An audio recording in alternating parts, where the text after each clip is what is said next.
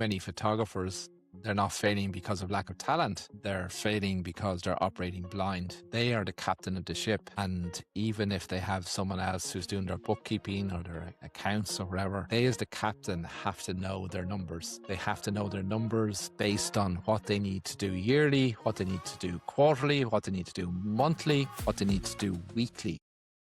Hey, difference makers, welcome back to the Difference Maker Revolution podcast. Today, we have the four amigos. We have Jeanine McLeod, Steve Safarito, Ronan Ryle, and myself, Jonathan Ryle. But we have a very important conversation to have today, team, because we see this happen a lot. We see where people get themselves into trouble and it's not their fault. Well, it is their fault, but it's not their fault, but it kind of is their fault too. So, what are we talking about today? We're talking about one of the key things that every business needs, Jonathan, because we see many photographers and often they're not failing because of lack of talent. They're failing because they're operating blind. And what I mean by that is they are the captain of the ship. And even if they have someone else who's doing their bookkeeping or their accounts or whatever, they as the captain have to know their numbers. They have to know their numbers based on what they need to do yearly, what they need to do quarterly, what they need to do monthly, what they need to do weekly. And too often we see photographers failing because they just ignore it, and it's the equivalent of being out at sea with a massive fog, rowing a boat, and they feel that they're making progress and they're doing great work, but they're really just going around in circles because they have no sight and they're operating blind. They're going nowhere. So, and the other thing we see, Jonathan, is, and we see this so often that, you don't have a business, right? You don't have a business without numbers. It's as simple as that. Unless you know your numbers, you don't have a business. You have an expensive hobby. That's what you have. You have an expensive hobby dressed up as a business. And we see it so often that because the business owner and because the photographer, who typically is the business owner, doesn't want to understand the numbers or put some time in to understand them and put a system in place that works, they just keep rowing and rowing and rowing. And often they just get beached, right? So their boat gets beached, and sometimes you can rescue a boat when it gets beached. But more often or not, they hit a rock, and they hit that rock, it takes on water. And we all know a boat that takes on water, it sinks, right? So that's the reality of it. That's how important knowing your numbers is. And that's why I love what we do at the Difference Maker Revolution, because you're not dealing with one coach and mentor. You have four, all individual experts in their area, all who can bring you all the skills that you need to run your business. But often the photographers that we see, they tend to ignore the most important thing. And that's why in the AI coach, in the foundation, we have three modules. We have your brand foundation, which is about knowing your purpose, why. We have your ideal client avatar, about understanding what the person you want to serve, what do they secretly want, because that's when your work becomes priceless. And then we have the camera business success plan, which is about understanding where do you want to go and working out how you're going to get there and translating that journey into numbers that you can measure, not just yearly, waiting for your accountant to tell you whether you made a profit or not quarterly, not monthly, but it can bring it down to a daily rate. I think like most small businesses, most people who want to get into a small business, they have a hobby that they're passionate about and they really love doing something. And they're kind of like, how can I like make some money out of this so I can do my hobby, right? And I think like when you look at most photographers, most of them coming into the industry, that's how they start, right? They have a hobby, they have an interest, and like, how can I make some cash? Like out of this hobby. And it's just not in their awareness yet of what you actually need. Because for me, anytime I look at an opportunity, the first thing I do once I have an idea is I run the numbers. It's the first thing I do. I pull up Google Sheets and I look at, okay, what's the likely cost per acquisition for getting clients? What's the profit margins potential? All of the key kind of profit first numbers, the revenue, the average order, everything. The costs of implementing this, what are my actual costs to implement this? And look at margin and say, is this worth time? And I look at things like, is this scalable? Can this work? And I didn't always see this. I had to bring this into my awareness. But now in 2026, even from 2025, when I started it, that's my core focus when I decide, is this a business potential or not? And it's a big, unless you become aware of it, like you have to learn this, or unless you're an insanely talented business person, you're still going to pick it up from somewhere, right? So I think that's the core difference, is that we get into something we love, we see an opportunity for something, but we don't actually run because economics is a real thing. Economics runs the world. We can't ignore economics or math, and nothing beats economics and math. And we have to be aware of those things. We could have a good argument over economics, Jonathan, so I won't go there though because it's too important and we stay on track. I don't think economics runs the world. I think it ruins the world, but we won't go there now. So Jeanine, where are you on this? Could you run your business without being on top of your numbers, without implementing profit first and knowing where the money is going, where it's coming from, how many clients you need to serve? Where would you be in your business without, as the captain of the ship, knowing what those numbers are, knowing what the targets are, and knowing then what actions you take to make those numbers happen? Yeah. Well, I would not be where I am right now, that's for sure. But I can, backing it up a step, I remember making that transition and thought. When I started off the studio, I was lucky. I was in Atlanta at the time. And so I took some pretty hardcore business classes through PPA back then. Like Ann Monteith was teaching them, and Scott Kirkian, right? And it was like hardcore know your numbers. And so I was coming from corporate world. Right. So I came from corporate America and I wanted to learn the numbers in the photography business. So I took those courses before I even opened the studio. But I got to say this, I still ran for the longest time. And you'll know exactly, Ronan, when I made that change. I ran, the more I sell, the more I'll make. The more I'll sell, the more I'll make. And I was 100% sale focused. That was it. And if I have money, I'm doing great. And I would look at my bank accounts and just see, that's how I tracked it back then. I did want to have like everything that we had learned in those business courses. I wanted to make sure was running right. I wanted to have the right profit margin. I wanted to make sure my cost of goods were where they needed to be according to the standards. And I wanted to sell at a profit.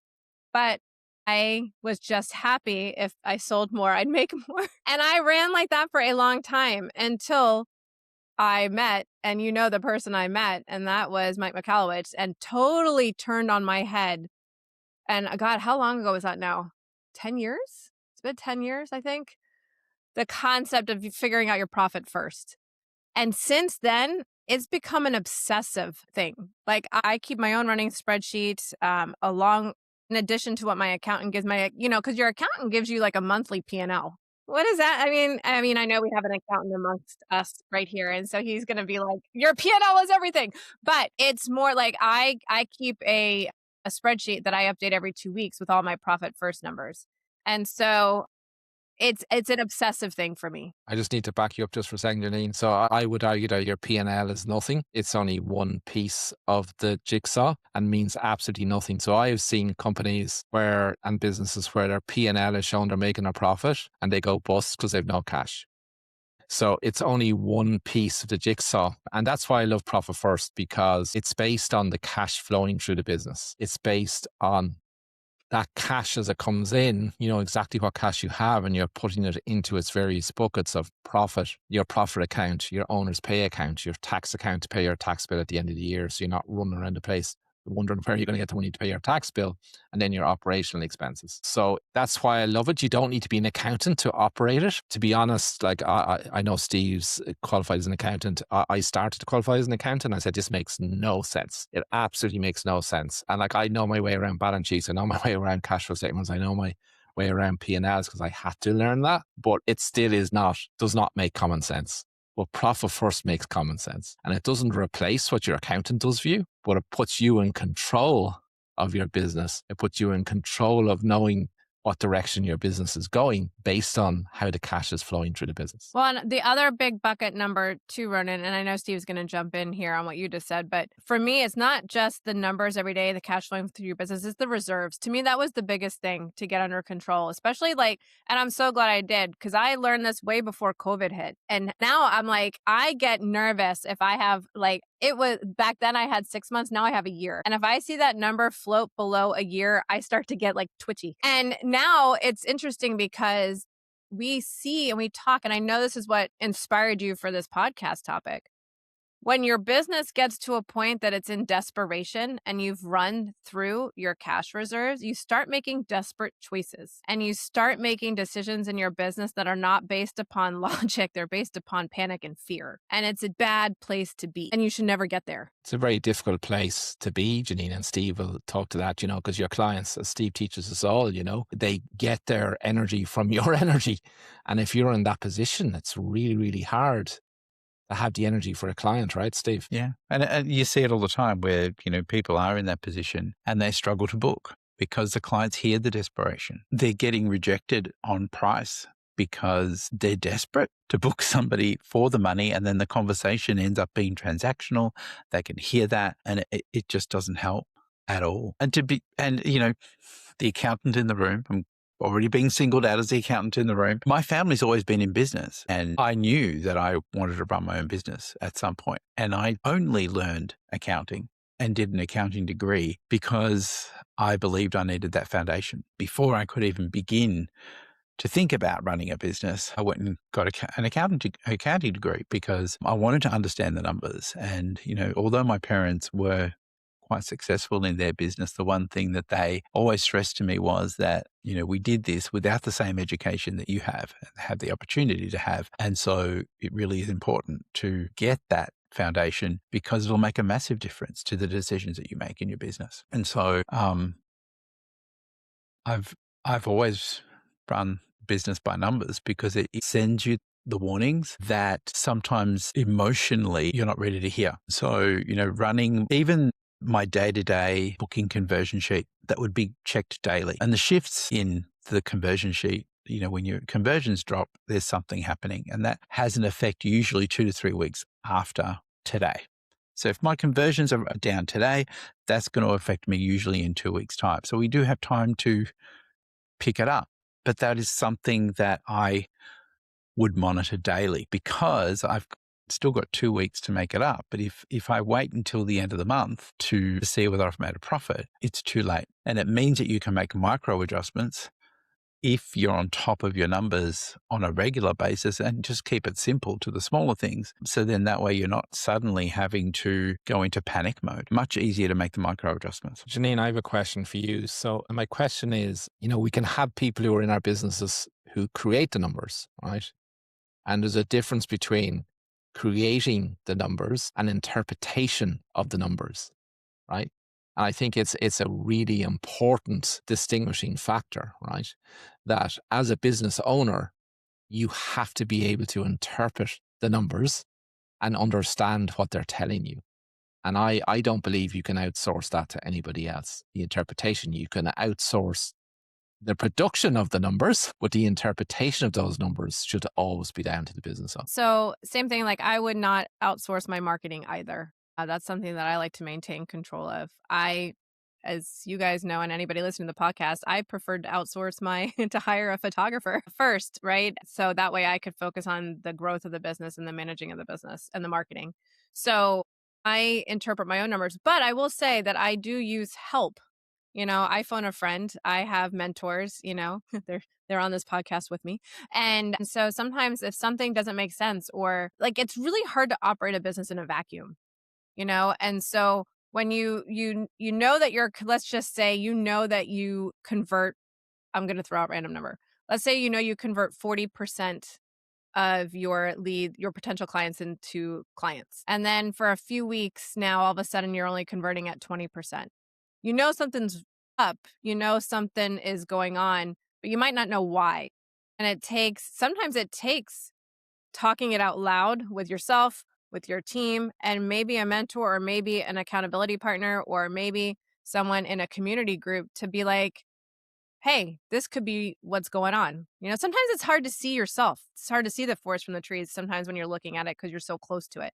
What's changed? What could be happening? What's changed on the phone? Has anything changed in your marketing? Has anything, is there something going on in the world that you might not have realized? There's so many factors. But if you're not on top of it, and I think what we see is so often people, they ignore it until it's like at the end of a month or at the end of 2 months, at the end of 3 months. And they're like, shoot, I should have done something about this I months should ago. have done something about this. So yes, I do believe you have to be the one as the business owner, but I think it's totally fine to phone a friend and to ask for help. And to ask for help when you when you first notice something and not waiting until it becomes a crisis. You got to force yourself to be aware, because it's like getting fat, right? You're eating the food, right? And you look at the scales like a month later and you're like, where did that extra like 10 pounds come from? 5 kg? I'm eating normally. No way. And then when you actually make yourself aware and you're like, oh, maybe I did eat that cream egg. Maybe I did eat that other thing. Maybe I did eat those 6 extra slices of bread. Oops. But you ignore it when you're doing it because you don't want to be aware of the truth, right? But you got to want to also take an interest, and, taking an interest in the numbers, and you got to want to learn. It's part of the business. You've got to want to learn what those numbers mean. And you're spot on, Ronan. A lot of the times, there's all these numbers, but we've often asked people to collate numbers and fill out forms, and they fill them out and stick them on the desk. They've ticked the box, but they don't go back and look at the trends. And so it's important to actually look at them and look at the trends. What is it actually saying to you? Are you becoming more efficient? Are your averages increasing? Whether that's conversion rates, whether that's sales. And so often too, we mentor people all the time, and you'll get people saying, oh my God, I've done a $5,000 sale. It's so awesome. And then you'll ask them, well, was it paid in full? Oh, no, the money's coming. That's not a sale, right? Sometimes there's no deposit and they're still telling you they've done a $5,000 sale. Sometimes, they may be taking $150 or $200. That is not a $5,000 sale. But in their heads, they want to believe that they've made a $5,000 sale. Cash is king. And without that cash flow, and I don't know what it's like in other countries, I became very aware of it, but when GST came in, if you're making a sale and you're taking that $150 deposit, $500, I've got to pay tax on GST on $500 for that. The GST is $500, 10%. So you're out of pocket because you've got to pay it when the sale's made. So just for everyone else, GST is VAT if you're in Europe, or it's sales tax if you're in the US. So that has to be paid on time regardless of whether you've collected the cash. Yeah, so it's paid on the sale. And so, when we're thinking about the sales, it's not just about the sale. And knowing your numbers is why I love all the tools that we've built, helping people work out their pricing, helping people understand what their price they should be charging. Because, I've worked with some people and they'll tell me, oh, I did this incredible sale. It was a $4,000 sale. And then when you look at what they gave the client, I'm thinking, there's no profit. Like you've given everything away, and that sometimes it's costing more to service that sale than what it, and so it's really important to know how to price. And that's why it's so incredible to have all of these tools for all of our members, because it does help with knowing what the minimum sales price needs to be, and that it factors in your confidence, and it just helps people know that when they make a sale, if they stick to what we've given you, you'll come up with the right pricing, which will then end up with profit. That doesn't solve, though, knowing how much to put away for tax, that part of it. And that, that's the other piece of the puzzle that, we have that bolted on too with the Profit First. Or the rainy day fund. Or the rainy day fund. Ronan, so let me ask you this. I know we've talked a lot about how we know everybody flies blind and they need to take that blindfold off and take control of their businesses. What answers do you have for people listening? What would you tell them they need to, what is the core? What do they need to pay attention to? And how? What is the best practice for them? I think, and Steve hinted at this, I think you got to know what the important numbers are, right? Because often you see people focused on certain numbers which are only a part of the picture, right? For me, you've got to know in profit first terminology what your real revenue is. So what's your real revenue? It's your sales less your cost of goods, right? You can call it added value margin. An accountant for a services business might call it your gross profit. I don't like the word gross profit because it confuses people and they think that's the profit. It's not. The profit's what's left over when everyone else has got paid. That's why I like it. The accountants understand it, but many non-accountants get confused. Then they think that their gross profit is what the profit they actually made in the business. And the profit you make in your business is what's left after you've paid everybody, including yourself and your tax bill and all of your staff and all of your expenses. That's what profit really is. And profit first, we put that ahead of all the other things, but we won't go there. We don't have time on this podcast to go there. But Jeanine, the key thing for me is understanding what you need your real revenue to be every month to cover paying yourself, to cover all of your operation expenses. Because I hear people saying, I had a sales month, but they have no idea whether they made money on 60,000 or not. Or I had a 20,000 sales month. They have no idea whether they made money or lost money on that, right? So you've got to know what that break even real revenue is every single month. And then you need to measure it at least weekly. Yeah. And you can, for most photography businesses, measure it daily. So it's a critical thing. And I think our industry has done a terrible job. I know the reason why some coaches do it, but they've done a terrible job at attaching photographers' ego to one big sale. No, we see it. We see groups celebrating that you can only be in this group if you have a sale over a certain amount. Not many sales over a certain amount, one sale over a certain amount. That is absolutely doing a total disservice to our industry, to photographers everywhere, because they then believe that that's success, and it's not success. I've seen so many photographers fail chasing one big sale, and it's the only sale they have in a quarter or even a year because their ego and their success was attached to a big sale. So, and we've talked about this many times, Jeanine, you 10,000 sale versus $1,500 sales, right, is a better business, is probably a better business, right? Not guaranteed, but it's probably a better business. But I can tell you that if you have one sale a year at 10,000, you're not in business. You have an expensive hobby. Holy smokes.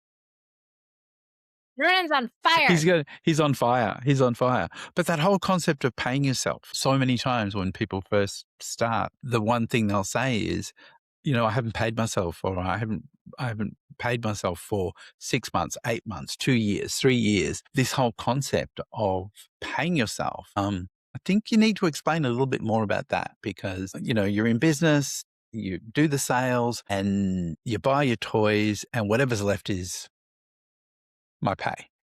And that's what I think how a lot of people operate. It just doesn't work like that. Well, you won't be sustainable if you operate like that. It's just, it doesn't matter if you're living week to week, month to month, right, in your business, right? Because I was there in the past, right? When a tsunami hits that often is outside your control, right, it can go south very, very, very, very quickly. So, I've been there. I had a business in 2009 when we had the Great Recession in Ireland, and that business hadn't built the cash buffers Jeanine talked about to get through things like she had for COVID. And that business went from, covering its bills every month to losing 50,000 a month, right? You can't do that for very, very long, right? So that ship sunk. That ship sunk with 45 people on board, right? And that were working in that business. So everything that we teach, and why I'm so passionate about this, is I was there. I don't want anyone else to be there, and we're trying to bring you the tools and the education and the help and the support and the mentorship and the coaching so you don't end up there, because it's not a nice place to be. It's funny you talk about that experience in 2009, and I remember how you were in a deep depression after it, understandably, because it was your baby, right? But like, I remember you told me once that some of the smartest organizations in the world, their board of directors, they actually won't appoint someone to the board unless they've had a failure, at least one failure. It's not about being afraid of failure either, but it's about learning from it. And I think one of the keys you've got to take on board, the listeners here, is that a lot of these lessons have come from real life experiences, and they've come from really painful real life experiences. And that is more invaluable than any theory in any course or coaching you'll ever experience. Yeah, it is. You know, it's like Profit First. When I came across the first, I know we've talked a lot about it. People we've had up with us talking about Profit First, but like when I read that book and I came across Mike Michalowicz, and then I loved it so much I became a Profit First professional, right? But why I loved it so much is you don't have to be an accountant to implement it, right? For anybody can do it. It's a really simple system. It takes a little bit of time to get it set up, but once it's set up, the information you get. Like, I have a financial controller in our businesses, right? And I annoy her because she says, "How do you think we did this month?" And I'm so close just because I can see how the cash is flowing through the business in Profit First, right? And so it's just a vital thing to know. If you don't know, it's like this, right? You can have the best camera on the planet. You can have the best lighting on the planet. And you can have a client coming in who you know is going to be an amazing client who you're going to serve today. But if all your batteries are flat, what sort of day are you going to have? So your financial system that you put in your business is the battery for the business. It's the way you charge it. And too often I see it, like if your phone goes to 3% charge, right? Do you open up all the apps on your phone if you've no charger with you? No, you shut everything down to try and preserve it, right? But too often in business, you see photographers turning on all the apps, right? When they really need to turn off some of the apps. And that reminds me of something, right? What is a business, right? I see this over and over and over again where people in our industry measure the definition of a business based on the number of people that they hire and employ. That's not a business. That's not a business. That's your business, right? Your business is based on what it delivers you for yourself as the business owner, right? What it delivers for the future that you want to create in financial stability, right? By delivering for your client. And the number of people you have, right, does not define the business, does not define whether you're in business or not. I see people who are solopreneurs make more money than a photographer who's got 5 staff. I've seen it. I've seen it even in bigger businesses. I've seen it in our business where I compare what we create compared to businesses that are 5 times our size, right? And the businesses that are 5 times our size based on revenue and sales don't make any money. Zero. Why would you bother? Why would you bother? Go get a job somewhere. Go get a job, because it's not easy being in business. It's great fun, right? When you do it right. But there's always the challenges there, right? And it does bring certain freedoms to you, right? And gives you control of your time, which you love, Jeanine, right? But you can only have continuous control of your time if your business delivers you the income, first of all, the profit, and then the financial reserves that Jeanine talked about, right? You would not operate your studio at one battery, would you? Wisely. He inadvertently, I know the time, I'm conscious of the time, but he inadvertently set us up for potentially the next podcast episode, which I'm excited about. But yeah, any final closing thoughts from anyone? Or will we tell people how they can easily get to know their business numbers? Tell everyone. Go, Jono. Fun with numbers. You got to rephrase it, right? It's not scary. It's fun. Fun with numbers. It's fun. You've got to change your mindset to it, right? Mindset, as Steve teaches us all, is everything. So you've got to look at your numbers and say, you know, I can have fun with these. And when you do learn them, it is fun. It is fun. And it's an early warning system. It's far better than, you know, when you hear of people where they're struggling with money and the bills come in the post and they choose to ignore them because they know they don't have the money and they can't deal with the emotional pain of opening the bills and seeing how much they owe, right? You don't want to be there. That is not fun. Fun is making sure you never end up there. So what you need to do is join the inner circle, because you have this mentor team and all the tools and KCB, our AI coach, to help you with all of this, right? And implement it and create the business of your dreams while making sure that you're creating the financial stability for yourself today, tomorrow, and for your future. Hey, that was a hot one. Thanks for joining us. Thank you. Thank you, guys.